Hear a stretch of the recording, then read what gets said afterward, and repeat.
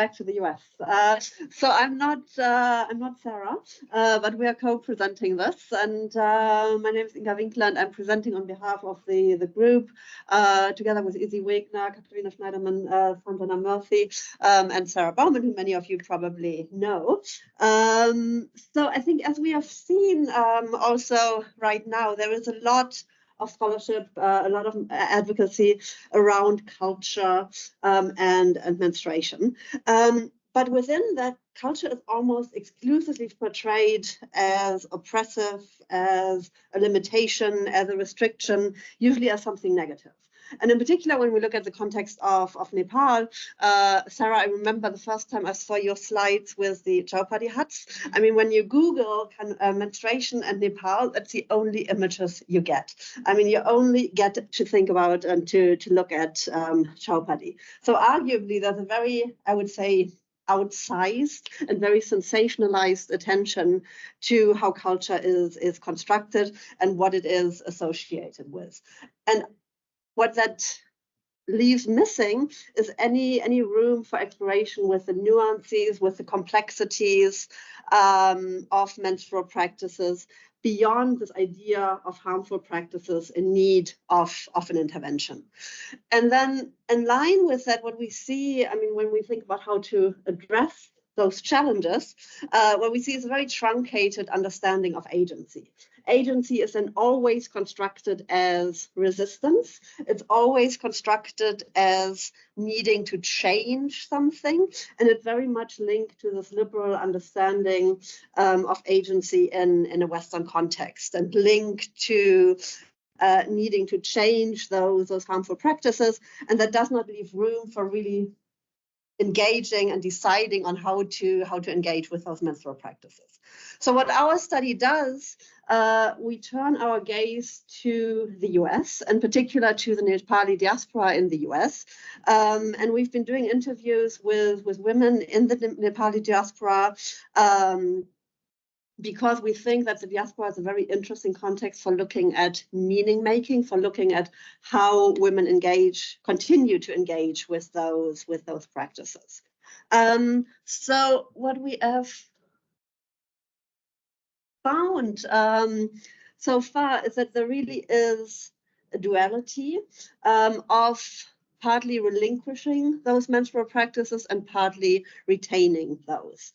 And obviously, I mean, as you might expect, there is a lot around this narrative of harmful practices. There's a lot of women who shared that this idea of letting go of some of the practice that they perceive as very taxing, that they valued that. There's a big narrative around freedom, around liberation. Some of the women shared that they are breaking barriers in letting go some of those practices.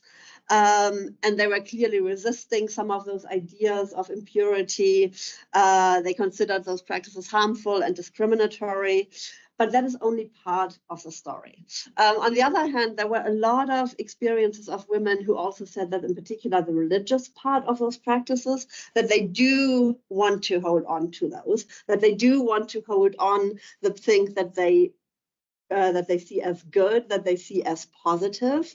And they couldn't, I mean, some of them articulated very clearly that they do want to keep on to these practices. Some of them couldn't really explain why. So for instance, one of the women was saying, I can't do it. I can't go to the temple when I'm on my period. It's just this feeling, I mean, it's so ingrained, it's really part of who she is. It's something she can't do. So holding on to those religious practices was a big part of that narrative. And there was this mix of letting go of part of it, keeping other parts of it.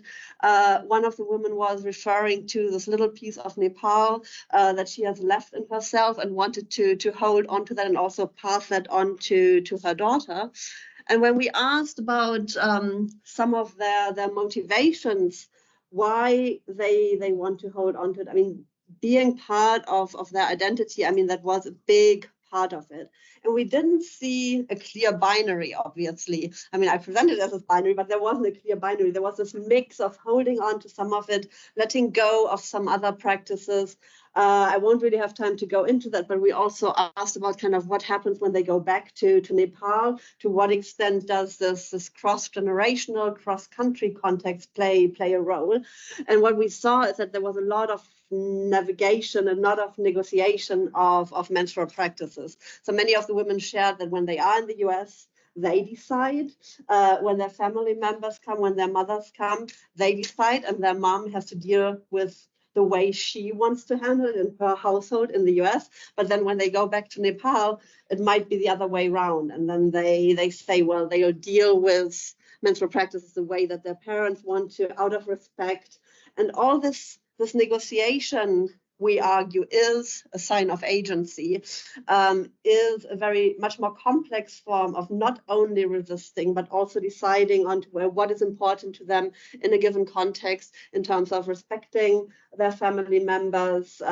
Sometimes as simple as, not wanting to deal with it, making it not a big deal. That was also one of their motivations.